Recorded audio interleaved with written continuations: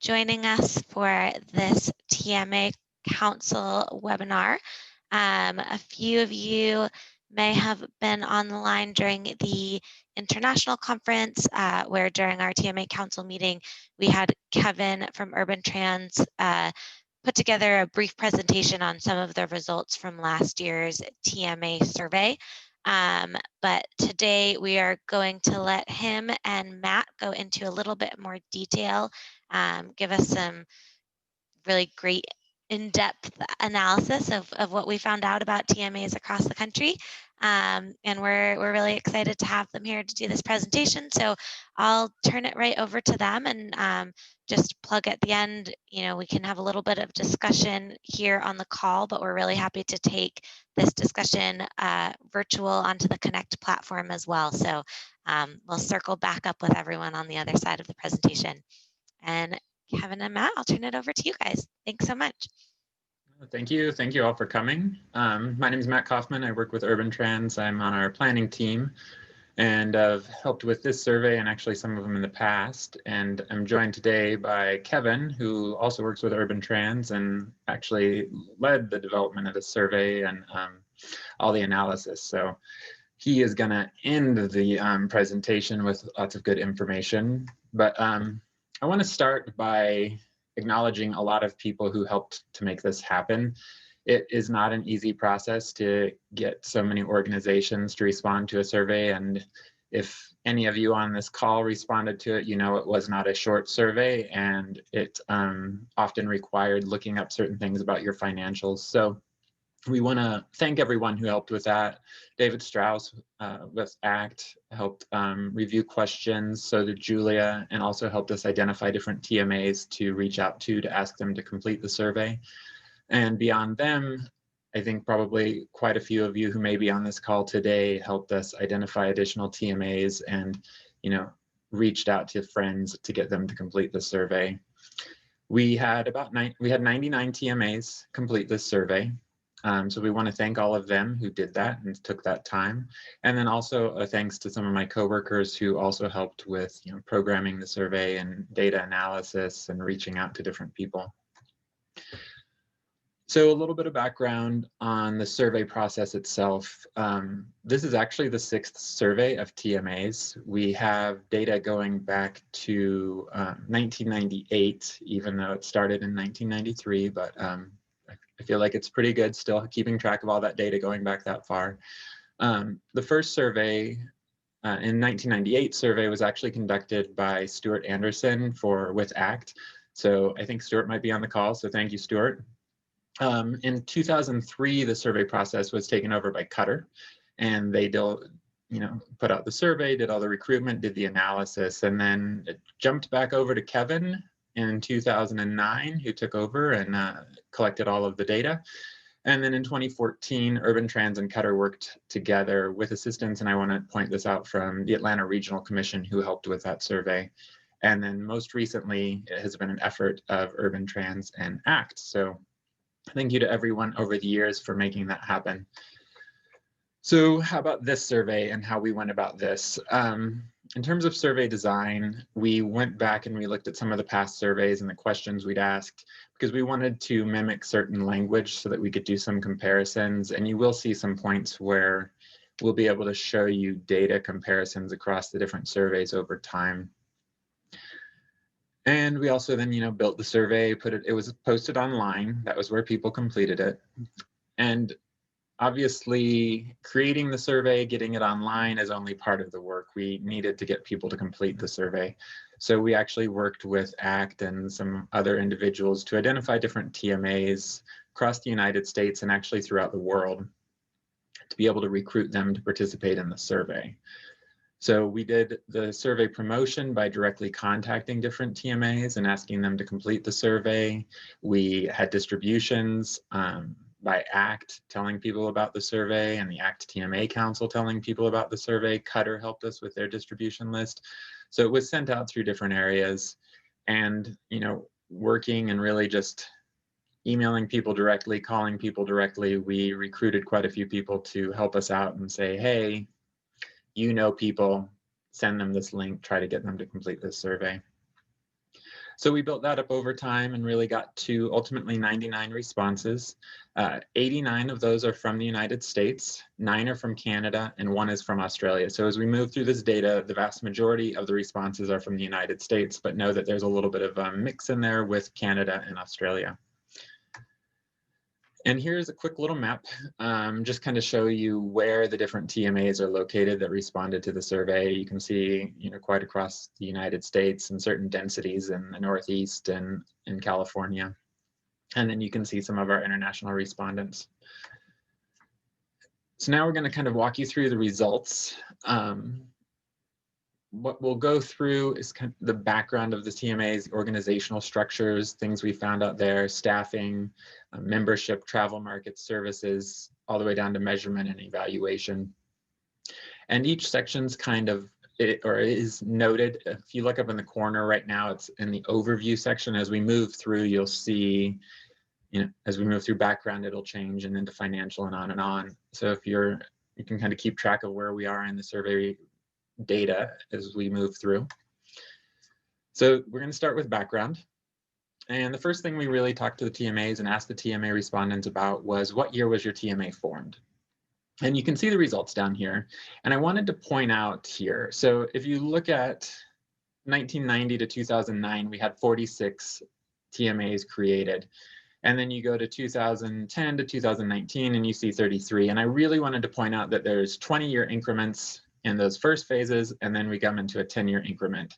So if you account for that, you can actually see that TMA formation is actually increasing. The reason we did a 10-year was just to make everything work. Something was going to be a little bit different.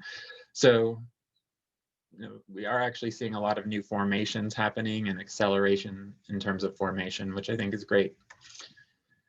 But what causes different organizations to come together and create themselves and groups to push for a TMA? So this slide talks about that. The blue lines that you'll see are what prompted the formation of the TMAs. And then in the orange, what you see is what the TMAs are currently working on, what they're most focused on.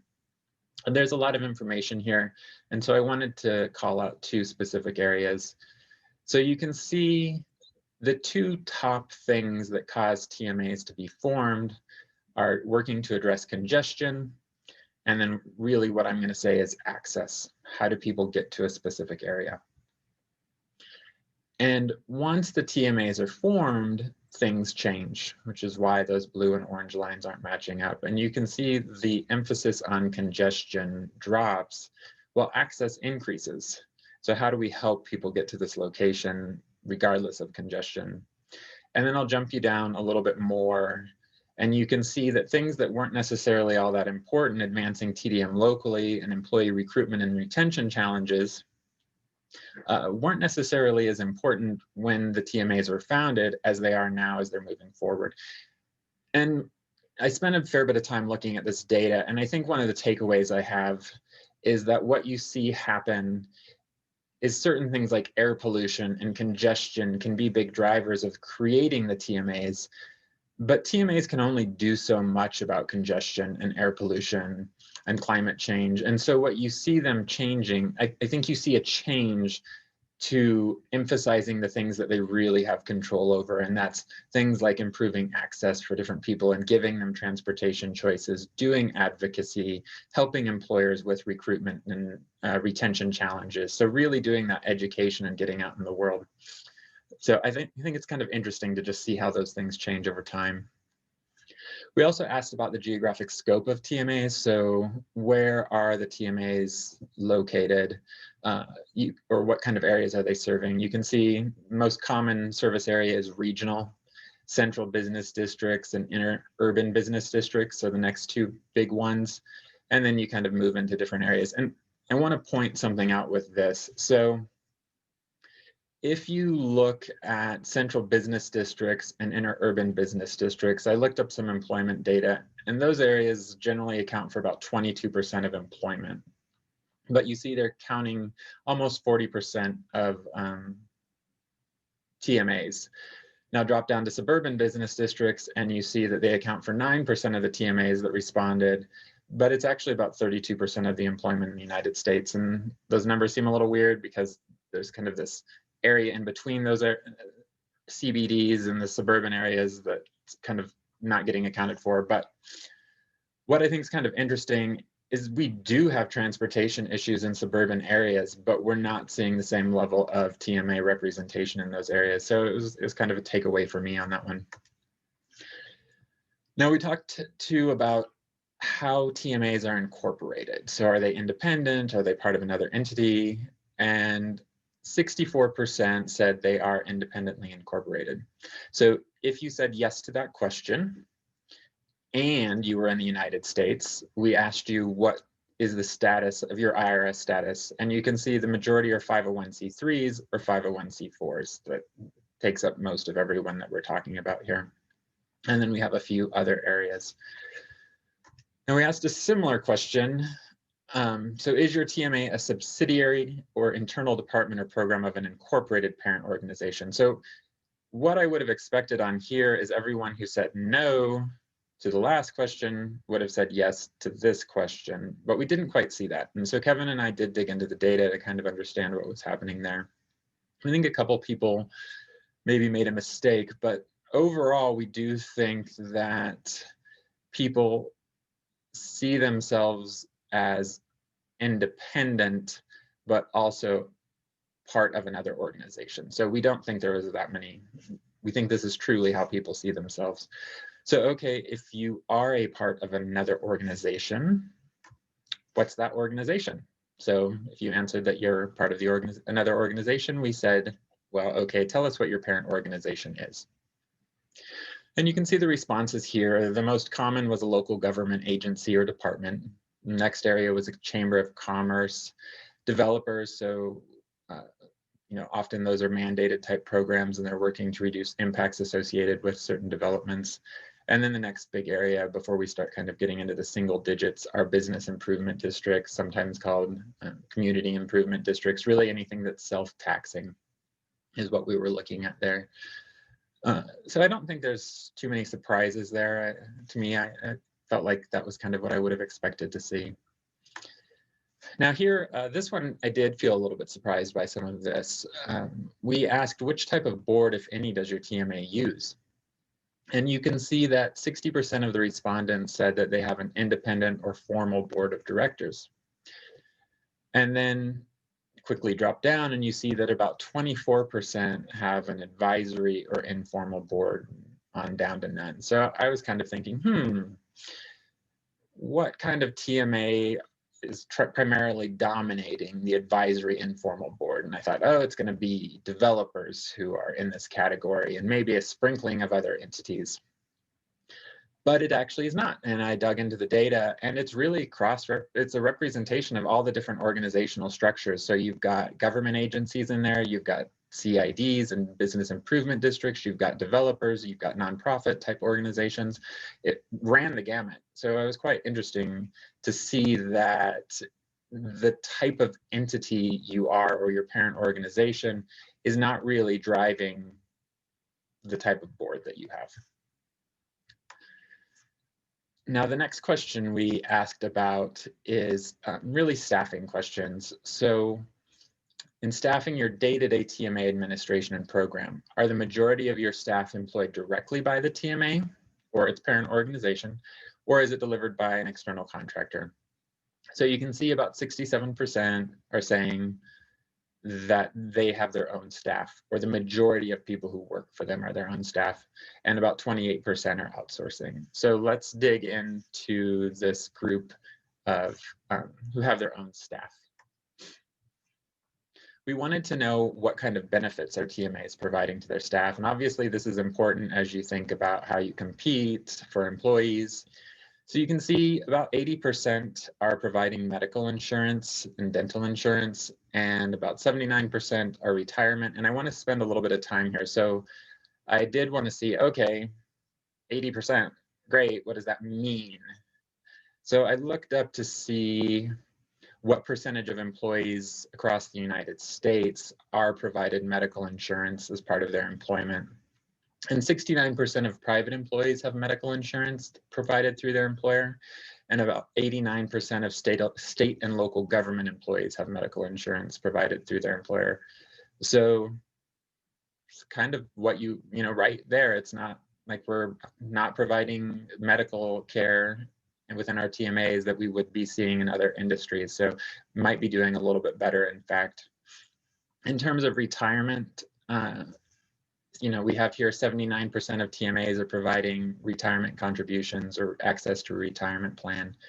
And if you look to the private sector, only about 67% of employees have that same level. But if you look to state and local government, it goes up to about 91%. And then I just wanted to call out this one in the square here. So you can see that within TMAs, about 42% of employees are receiving free parking, and 47%, so more than that free parking amount, are receiving subsidized transit, van pooling, or cycling benefits. And at first I was like, wow, why are 42% of TMAs still providing free parking? But in the public sector, the estimates are about 95% of employees receive free parking. So I do think we are, you know, walking the talk, and we're doing a good job as an industry making sure that we're providing good benefits to employees and pushing for alternative mode use and not overly subsidizing parking. So we also looked into salary ranges. So for some of you who are wondering, you know, is the salary that we're paying our executive director appropriate and comparable within the industry? So what you see here are just salary ranges and the percentage of TMAs that are offering salaries within that range for their executive director. I put a line down here so you can see, you know, to the left of that line, you have 50% of executive directors earning less, and to the right of that line, you have 50% earning more.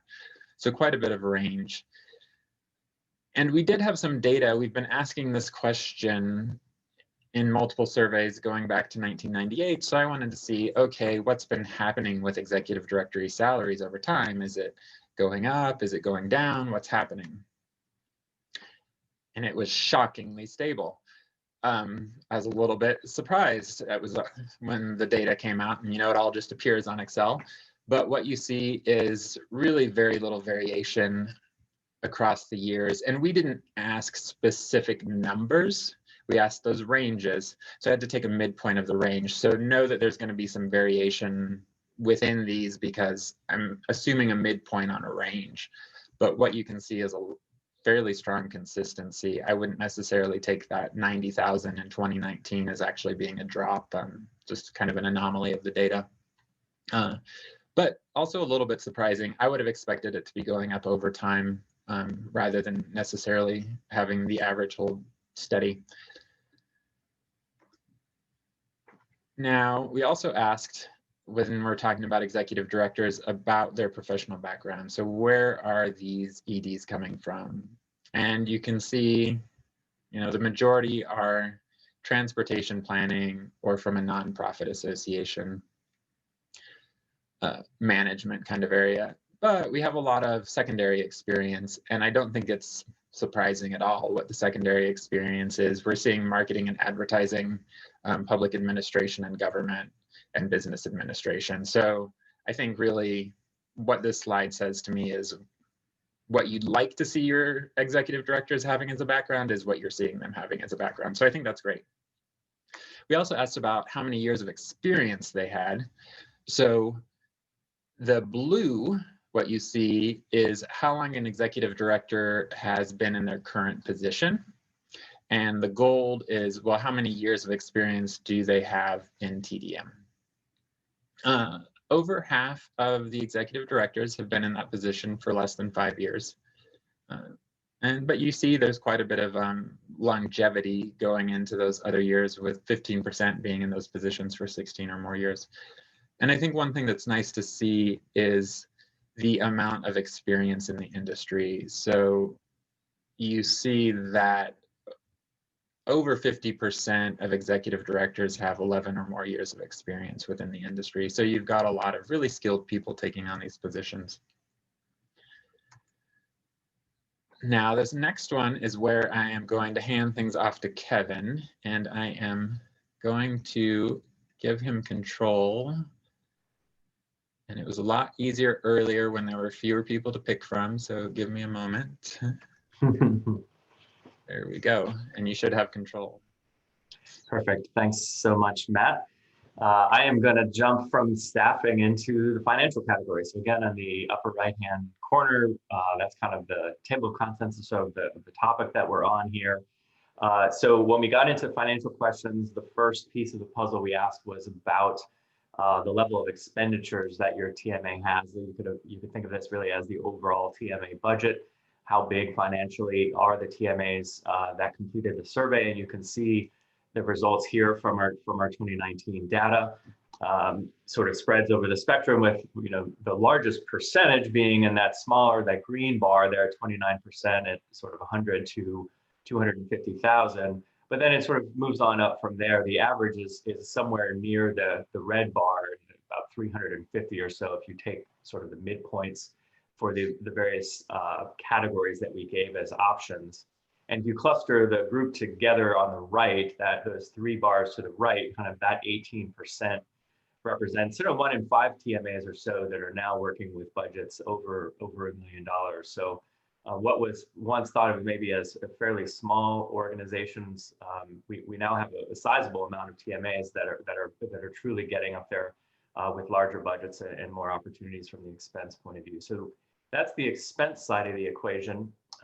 And the next piece of the puzzle was looking at revenue. And there we go.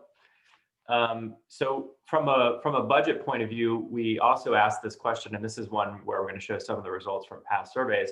We asked about whether those budgets have been changing over time. So the 2019 data is here in green, and you can see that for the most part, people were saying generally things were getting a little bit bigger. So things tend to be growing over time, with most people saying that their budgets had stayed about the same or increased slightly. And that's been pretty consistent over the last 3 surveys from 2009, 2014, and 2019. This trend has been roughly the same. So not nearly as many people saying their budgets were getting smaller over time. When we talk about revenue and where revenue comes from, these are the pieces of the puzzle, and perhaps it's easier to start here on the right side of your screen and look first at the 2019 data, and in particular to look at the pie chart. So we asked, where does your revenue come from? And 45% of that revenue coming from government grants.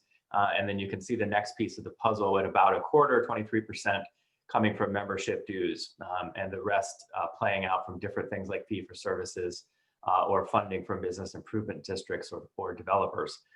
If you jump now to the pie chart on the left, the 2009 pie chart, what really stands out to me about this comparison is there's very little that has changed in the last 10 years in terms of where funding for TMAs is coming from. So a remarkably similar structure of funding sources from the 2009 to the 2019 data of revenue sources. The last thing to look at here is for the question of membership dues. We looked at, some people get small amounts of their revenue from membership dues. Other TMAs get a lot of their revenue from membership dues. So we broke that down, and it turned out to be at about 11%. 11% of the TMAs receive 90% or more of their annual revenue from dues. And then on the flip side, about 15% get very little. So 1 to 10% of their revenue from dues. And overall, regardless of how much money you got from dues, about half of TMAs get some funding of some sort from membership dues. And if you jump to the bottom left of what the same facts were in 2009, some subtle variations, but again, pretty similar types of things. So we're not really seeing major changes over time in the way that revenue is structured for our TMAs. But let's look at that a little bit closer. And when we ask the question around memberships, the first question is, do the TMAs actually offer membership to employers? Is that kind of part of how the TMA is structured, how it's organized? And so we're kind of moving into this membership section of the survey questions now. And about half of surveys said, yes, we do offer some kind of memberships to employers and others in our area. For folks that didn't say yes to that, you can see on the left side the other ways that can work. And the most common one is we don't offer individual memberships, but if you're an employer or someone else in our district, you're automatically a member of our TMA because you're part of the partner business improvement district that we're associated with, or a chamber that we're associated with, et cetera. We just basically offer membership to everyone within the geographic confines of our TMA. Only about 13% of people said flat out, we don't have any kind of membership idea. But for that blue piece of the pie, that right-hand side, so people that did say they offered membership in their area, we dug into that a little bit more. And so that's this piece of the puzzle. And the next question was, do you charge those folks for membership? Do you charge a fee for membership? And that kind of links back to that revenue discussion we were having just a bit before. So the vast majority of folks said, yes, we do charge those members. And then on the right, we asked the question of how do you structure that annual membership dues? And for the most part, it is structured in some way, shape, or form by the size of the employer or other representative that is becoming the member. So the most common answer was, yeah, we structure that based on the number of employees that someone has. Or the next down, that 51% is we've got it tiered in some ways. We've got a fee for large, medium, small, etc. And then the next one is more on the sort of building size piece by building area, square foot, etc. So that's kind of the piece of the puzzle of how membership dues are set in terms of how that fee structure is put together. Not many people at all. You can see at the very bottom at 7% saying we've just got a flat rate. We don't care really how big you are, how many employees you are. We've got a flat rate for that. So that's the less common, much more common, the structure based on size, which is pretty traditional for TMAs in terms of thinking about the effort that goes into serving these members is often variable by the size of that member and how many employees they have or how much square footage they have. Again, looking at the membership question, what types of members are most commonly part of TMAs? And no surprise, but 60% or so are private business employers. So that's kind of the meat and potatoes of TMA membership. But you can see the others that play an important role, and all up adding up to another 40% of members are not private business employers and can be made up of groups like government agencies themselves, property managers, property owners, and developers, and a few nonprofit members. So you can see that structure, again, probably what most would anticipate, mostly private business employers, but the rest of people collectively making up 4 out of 10 of the members that are part of a TMA. So now we're going to shift gears again upright. We're now going to talk a little bit about travel markets. What kind of trips or what types of things are you serving with your TMA programs? And the vast majority here coming out related to commute trips to work.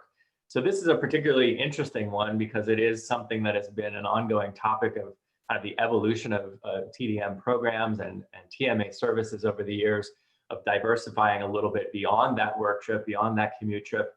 But here we're seeing still that dominant focus on commute trips. And it probably does tie a little bit back to the slides that we were just talking about in terms of the types of members and the types of key constituents that we have in our TMAs, still being primarily those private business employers, and therefore the commute trip is the big piece of the puzzle. But the remainder you can see populating. Some TMAs are working on programs related to student trips, residential programs for people living in the TMA areas, shoppers, visitors, and others, making up the remainder of those travel markets. Now, the rest of the slides, this is probably one, I always feel like this is the most kind of famous, crazy question of the TMA survey, going back to years, was we've always had this question of, and people have been very curious to know, what do other TMAs do? What kinds of services do they offer? And when you start writing a list of services, you start out with a handful of the classics, and then you quickly realize, like, well, there are some TMAs doing this, and you end up with a giant list like this. So this is a little bit overwhelming, but let me try to kind of break this down and orient you to some of the data that's bubbling out here. So I'm going to go through a couple of slides that will highlight some of the information on this slide and see if we can make a little bit more sense of what we're seeing here. The first step is the list of services is obviously down each column in the blue sections. But the two distinctions that we asked in the survey was asking whether this particular service is something that you provided directly as the TMA. So is this a service of the TMA itself? Or is it a service that's actually offered in your TMA area, but offered by someone else? Maybe that's the regional TDM program, maybe a statewide TDM program, maybe your local transit agency, or others offering those services. So we wanted to get kind of a balanced view of the overall services that are available within the TMAs, but also which are being offered directly by the TMAs themselves. So the way they are set up here, these are actually kind of organized just the order that they were listed in the survey. But let's have a little bit of a look here at the top 10 services offered by TMAs themselves. So again, these are the services most commonly mentioned. So what we're really seeing here is the percentage of TMAs that said, yes, we do offer that service within our TMA area. So the ones I've provided in bold here, these are just the top 10 scores, so to speak, of the types of things that people do. The two most commonly offered services are down there in the bottom left: promotional materials, marketing materials, and promotional events. Not too surprising, it's a little bit of a generic category, so probably a bit of a catch-all. And you can see some of the other ones that were popping up, from advocacy to things like employer travel surveys, trip reduction plans, and travel plans that are provided by the TMA to employers or developers in their areas, and some of the other ones that are emerging as the top 10. You can also see the ones that are really, down on the bottom or scoring 0. So no TMAs that responded to this survey said that they were doing something with relocation services for companies or freight delivery plans, for example. So you can kind of scan around and see the things that are a little bit less common. Now let's look at what were the top 10 things that are provided not by the TMAs, but provided by others, but to constituents within our TMA area. So here are some of the things provided by others. And probably not a lot of them are super surprising, but it's kind of nice to see what those look like. For example, car share and bike share makes sense, right? That those are provided by others, whether it's private companies or perhaps a local transit agency or someone else. Also, things like economic development and local regional planning also make sense that those are done by others. The ones that are a little bit interesting to look at are things like rideshare matching and guaranteed ride home. What you'll find is between, is it provided by the TMA or is it provided by others? They sort of add up to 100%, not exactly. And I think it's possible that in some cases, the answer could be both, right? So it could be possible that the TMA provides the service, maybe transit pass sales, and so does the transit agency, for example. But when you look at something like guaranteed ride home, you can see how that plays out, that about 50% of TMAs were saying, yep, we actually offer guaranteed ride home ourselves as the TMA, and another 50% or so saying that was provided by someone else, probably the regional TDM program or state program. So that kind of breaks out that information a little bit more in terms of those top services most commonly offered by our TMAs. And this is a list that's grown over time. And here in a little bit, we're going to look at some of the trends over the years about how this answer to the services has been changing slightly. But first, this is a new question I think we tried to ask, again, to try to just make a little bit more sense of this long list of services that we've always struggled to make sense of. We asked an additional question this time, which was, which are the most important services? So before it was kind of an agnostic one, do you offer it or not? The next question was this one here of, what do you feel like are your most important services? Survey respondents were able to choose 3 of the long list. Tell us your top 3 most important services. And you can see the ones that emerge: employer travel surveys, marketing, promotional and marketing materials, and those trip reduction plans or travel plans for employers or sites. There's a few that are close behind it, right? From advocacy to shuttles, promotional events. But it doesn't take too long before the numbers drop off pretty substantially, and pretty much everything on the right side column are things that folks are saying, yeah, we kind of do that, but it is definitely not bubbling up on the top of almost anyone's list as the most important thing that they do. Now, one thing I thought would be interesting to look at was, if you remember on that last slide, we had what are the top 10 most important, the top 10 most commonly reported services that TMAs themselves were providing. So I highlighted those here because it's interesting to look at which ones are relative in terms of how many people are doing it relative to how many people think it's the most important thing that they do. So you would think you'd get that convergence, which you're mostly seeing of the bolded items here. So the bolded ones are the top 10 most commonly reported services that TMAs are providing themselves. So mostly no surprise that the top of the list are also things that people consider to be the most important things. My favorite one, though, was on the right side there. Email newsletters is something that the vast majority of people said, yep, we do email newsletters, and yet no one said it's one of the most important things that they do. So that one really jumped out in the world of, yep, we do it, but it's not super important, and maybe we're not totally sure why, or maybe it's just tied in as supporting many of the other things that are here on this list. So I mentioned we could have a look at this in terms of how this has changed over time. So this is the data. This is one of the rare pieces of data that we've pulled for all of the surveys going back all the way back to 1993. It's a tricky one because the list of services has been evolving a little bit over time. The way the question has been asked slightly changes, and it's always been kind of done on a percentage basis. So what we did to try to, at least as best we could, compare the results over time was we ranked them. So for the 2019 column, for example, promotional events was the #1 most frequently reported service that TMA said that they provide, and then it trickles down from there. When you look at 2014, you can see what the rank order was. So in 2014, promotional marketing and marketing materials was the first most commonly reported item, and that ranking drops down from there. So it's interesting here to see which things used to be at the top of the list. Yeah, almost all TMAs do this. That would put it at the top of the list. As it gets lower in the ranking, not as many TMAs or very few TMAs around the country or internationally are providing these services. I thought we'd try to dig into one or two and see if we can think through some implications of why this might be. So an interesting first one to look at is advocacy. So back in 1993, that was the #1 thing that the majority of TMAs said, yes, we have a role, an advocacy role in our as part of our TMA. 1998, it was the second most commonly reported service. But then you can see it sort of slipping a little bit as we go over in time, and perhaps other things have become more commonly offered, or perhaps some TMAs are not seeing that, in fact, as part of their role as an organization. So that one's kind of slipped just a little bit over time, but not massively. The next one that's kind of interesting to look at is rideshare matching, commonly thought of as a pretty major part of TMAs.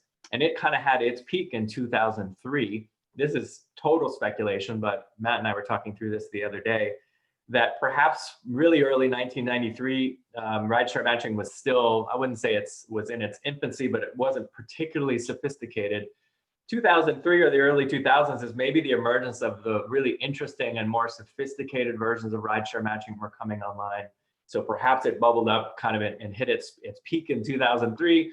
And since then, things have certainly gotten more and more sophisticated over time, but so have the other types of programs that TMAs have gotten involved in. And now that's number 11 in terms of the amount of TMAs that say they provide a role in rideshare matching. Could also be a function that others have taken over that function.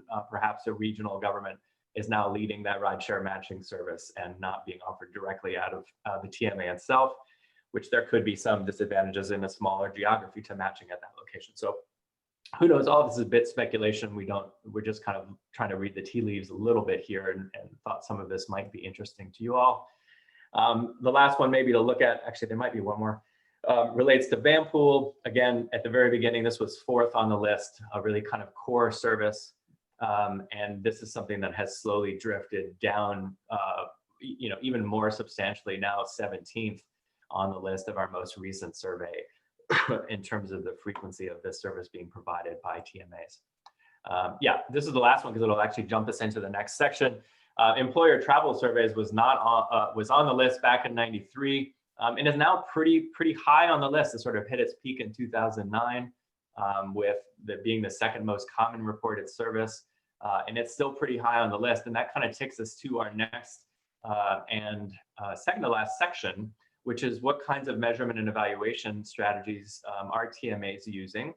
And the most commonly reported of those was surveying travelers at workplaces to assess travel modes and patterns. So that's the most common measurement and evaluation technique that's being used. The next one relates to sort of just general tracking of website visitors, of social media analytics. And you can kind of see the rest as they emerge, they drop down throughout the rest of this list. Others to highlight, perhaps midway through there, you can see encouraging travelers to log daily or weekly trips online using some kind of trip reporting or trip logging tool. That's about 40% of TMAs that are doing that. Parking counts a little bit less common. And then, what has started to emerge over the last few years has been using big data, things like INRIX or streetlight data to identify changes in travel behavior. Only 7% of TMAs tapping into that. obviously is something that is usually associated with a pretty substantial price tag. So perhaps not commonly on the list for TMAs, but it'll be interesting to see if that's one that grows a little bit over time. So this is really the last thing that we'll look at, and this is a really sort of a pulse check a little bit for our TMAs. This is a question that David Strauss and ACT and others wanted us to look at, and I think it did produce some interesting data. Just some general statement questions down the left side, and then asking TMAs to assess that they, the sort of Likert scale of strongly agree to strongly disagree. So the first one, the top row, and then I'll highlight a few of the other sections, but the first one was really about the stability of funding sources. We saw in an earlier slide that in general funding was slowly increasing and not too much decreasing, but this was a sense of stability in a qualitative sense. Do you think that things are pretty stable? Do you have funding that automatically renews, et cetera? And this is a pretty positive outcome, really, right? That over 70% of people in the green agree categories in terms of feeling like their funding was pretty stable. The next 4 questions, which I've bolded here, really were about levels of support for your TMA and moving through the jurisdictions from sort of your most local at the local level up to the region, the state, and the national government. And the trend that you can see here is essentially the closer you are to your government agency, the more likely you are to report that they are very supportive, strongly supportive of your TMA. So in the sense that local jurisdictions and really MPOs and regional governments were pretty close behind in terms of being supportive, state government somewhere in the middle, and then a much more pessimistic view of the support being given from the national government. So that's kind of those 4 questions sort of clustered together. The other 2 probably worth looking at here at the bottom. The lower of these 2 that I bolded here was the notion of what kind, how big of problems do you have in your TMA area? That's always a great indicator for TMA success and a great sign that employers are likely to join a TMA or be active participants is, yeah, we've got real significant problems in our area. We've got access challenges, and we know we need to work together to fix these. So pretty strong reporting there that people generally saying, almost everyone's saying they strongly agree or somewhat agree with that statement that we do have some significant problems in our area. The next one up is, do we think that employers and other partners in our TMA area see our services as highly valuable? And you can see that generally people provide a pretty positive response to this, but it's a little bit more on that somewhat agree side. So you can see a little picture of, yeah, we've got some problems here. People generally agree that our services are valuable, but perhaps not quite as strong. So those are just some subtle things coming out of that. I think there's some nice data that's emerged out of this new question that we've asked in this particular survey. So that is actually it. That wraps up our survey summary. We're going to have a little bit of time for questions. Just wanted to say in closing that we've got the full survey report. It is probably 90% similar to this presentation that we just offered today. That's available on our website, so you can download that from our website. Now you can download the PDF of that full report.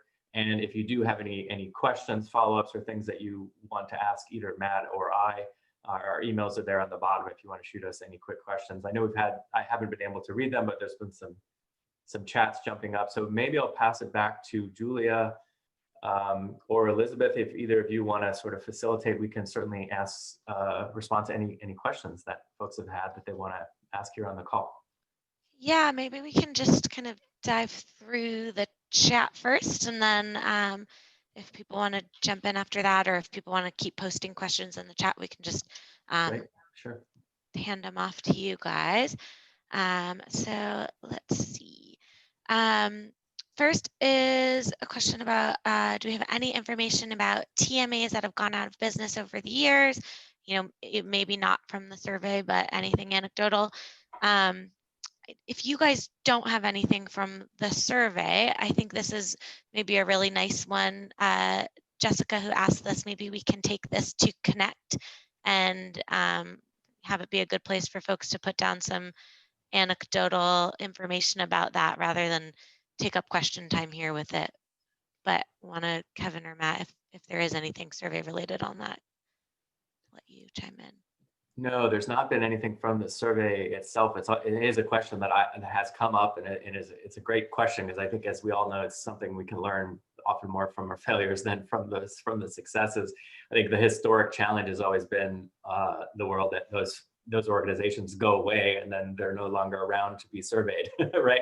So you've got to track somebody down or find out what's happened. But it is a very intriguing question, because when Matt had the slide about new TMA formation, I know I've been working closely with TMAs for about 20 years now, and the total number of TMAs that we generally think are out there at any one time has stayed at about 150 for about as long as I can remember. And yet there's this sort of constant new TMA formation process. So there is a lot of churning in the space, which I'm sure many of you are familiar with. There are some challenges for TMAs keeping their finances intact. But I'm not aware of that data, but it's a great question. It'll be super interesting.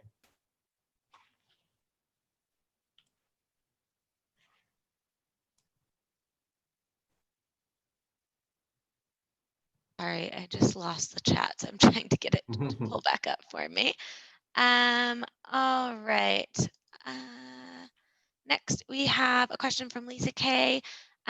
Is there information about how many TMAs have dual tax designations? So, for instance, a TMA with both a 501c3 and a 501c4 or C6? And David clarified here, TMAs who may be established kind of secondary 501c3 organizations within their overall umbrella organization. It isn't something that we asked in the, I don't think we had an option to list both.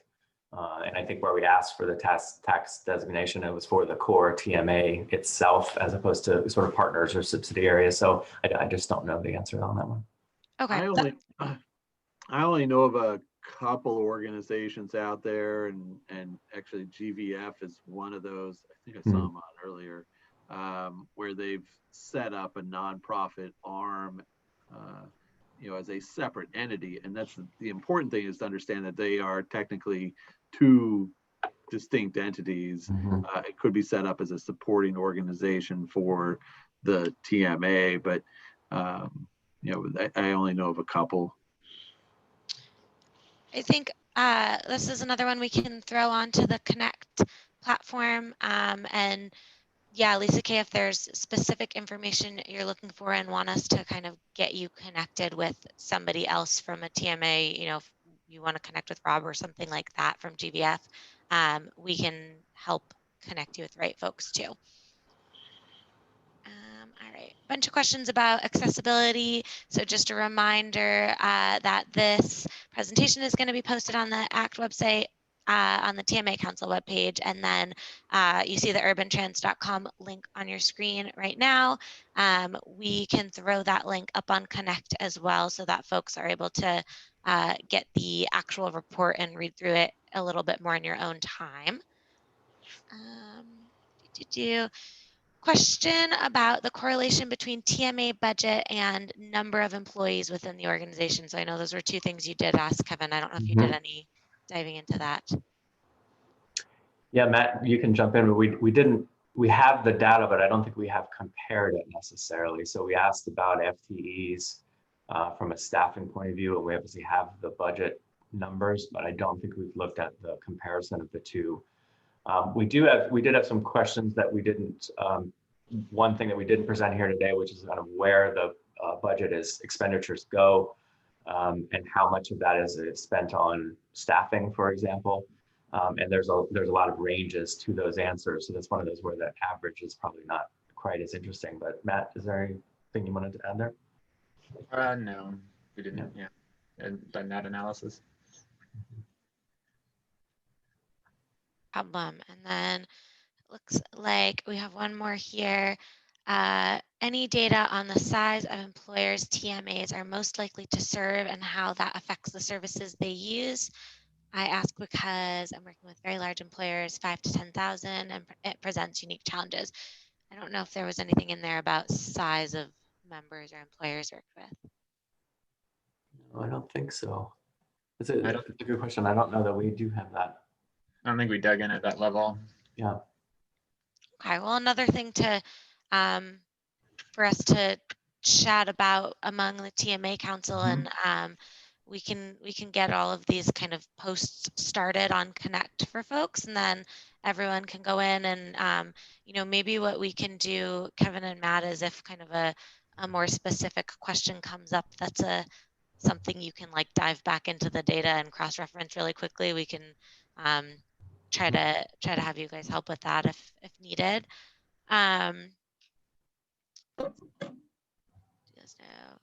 Yep. Yeah, and I think probably the extension of that, you know, as these conversations occur online and you know, have the historic record of these conversations and these questions, amazingly enough, we're 4 years away from doing this again, or someone doing it again. So, you know, it also could be stuff that could inform the next version of this survey. So they're good questions to ask, and hopefully we can keep the record of it online so that we have that there when the next round is developed, with whether it's us or someone else doing it. Yeah. And, you know, I just want to emphasize for the council, you know, it's great to do these surveys, but the key is, what is the data telling us, and how do we use this to make improvements? And, you know, I threw out there a couple of ideas just quickly from what I was seeing in regards to potential continued topics. But to, you know, from from a sector side, you know, to look at the data and see, where do TMAs need to be thinking more strategically or about making some changes or influencing how they operate. You know, is there a need for greater you know, emphasis on board development, advocacy? Are there needs to think about funding and that makeup to make a shift? You know, and for the council to take on those tasks and kind of structure some of its ongoing activities and conversations around a couple of those key data points, to see if there's a way of, when Kevin is going to be around in 4 more years to lead this effort again, to you know, see some, you know, changing in the needle direction of it. Yeah, absolutely, David. And I should have mentioned this at the offset, but we are very lucky within the TMA Council to be welcoming Kevin as our incoming secretary next year. So we have him right in line with us, and we can, you know, help dive back into this information if we want it to inform future work. So yeah, really excited to have him on board with us. I skipped one up here that we may want to dive back into, and this may be another kind of get back to it. But on the page, when we were talking about the services and how those have changed over the years, there was a note about how trip reduction plans had an off year in 2014 that felt like a bit of an outlier, and wondering if you guys had dug into that at all. Go back to it, Kevin. Sure. Give me a second, everyone. Yeah, you can go back. My guess is it might be a little more of the outlier, but it would be good to look and see what we have here. 2000. Yeah, I think it was this one. Yeah. 15. Production plans. Oh yeah, 15th in 2014. Yeah, interesting. I can't think of anything in 2014 that specifically took us off trip reduction. Yeah, that is intriguing. Yeah, something for us to I have a minor theory. I think we were starting to see even more adaptation. I don't know, not quite the right timing, but of travel plan tools that we were seeing the ride matching expand to be providing more trip options beyond just carpooling to transit. And I don't know, maybe there was a brief period where people became more dependent on those tools and didn't quite mark them. I don't know, I could see it being something to do with the technology there. The other angle would be regulatory stuff, but I can't think of anything that happened in that window of time where required mandated trip reduction plans ebbed and flowed over time. Could be a lower representation too from California or something. Yeah, that might be it by itself, right? West Coast states on the list or not, Washington, California. TNCs is good. We have one John Ford asked about full-time employees, staff info for TMAs would be very useful. John, is that number of full-time employees you're asking about? Oh, I just think it'd be real helpful for us to understand not just budgets, but because they get skewed so much by people that operate shuttle programs and things like that. So it'd be really nice to see of all those, you know, what's the curve look like in terms of full-time equivalent for staff? Okay, so that same kind of cross-reference with overall budget versus full-time staff. Mm-hmm. Okay. We actually did do, I don't have it offhand, unfortunately, but we did a quick look at the expenditure by pulling out anyone that had shuttle numbers in there, because that always does really throw the, you know, percentages wildly off. I don't have that offhand, but we did have a look. So maybe we can find a nice way of putting some of that information into a new table with FTEs and budgets with shuttles in the town. Yeah, I think that would be great. All right, we have a comment from Jessica about the TMA handbook, and maybe we could kind of repurpose some of this and call it a handbook. And yeah, this is something that Olivia and I have been kind of mulling over and working on in the background over the past year and a half or so, and trying to get some handbook-like material up on Connect. And then Jessica, I know you and I were just talking about something a little bit more static. So we're going to do some working in the background on this, and happy to involve you in those conversations, and anybody else who wants to be, let us know. But yeah, I mean, I like the idea of pulling some of this information and making it a little bit more formal, so we can talk to Kevin about that. And yeah, the 2001 handbook is 220 pages long. I don't think a handbook needs to be 220 pages. So we could potentially repurpose language from that one and just include the latest, the 2019 data, base more of the data or the findings on the 2019 data. I would love to see that. It's just unfortunate that we have a 20-year-old handbook and then survey findings. I would love to see a new handbook. Yep. Yeah, that's on our to-do. It's been on our to-do list for the past year, and it will stay there this year, and we'll get it done this year now that we've kind of have the tools that we need to get that in place. So yeah, really appreciate that suggestion. Great. Let's see, just a couple comments about TNCs kind of jumping in 2014, and maybe that being one of the reasons behind the low focus on trip reduction plans.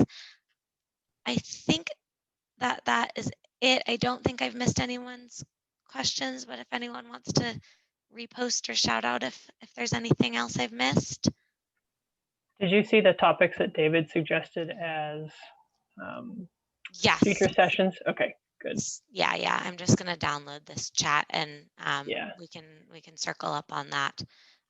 But yeah, we're right out of time here. So if there are no more questions, I think let's just give Kevin and Matt and UrbanTrans a huge thank you for this presentation, but also for the effort that went into this whole survey process. It's really useful and important for the TMA Council. Really helps us, as we've just talked about, kind of plan how we can best help the TMAs, and really helpful for TMAs in general. So big thanks from all of us, and hope everyone has a safe holiday, and we'll see you all next year. Perfect. Thanks for having us. Thanks, everyone. thanks everyone. Holidays, see you soon.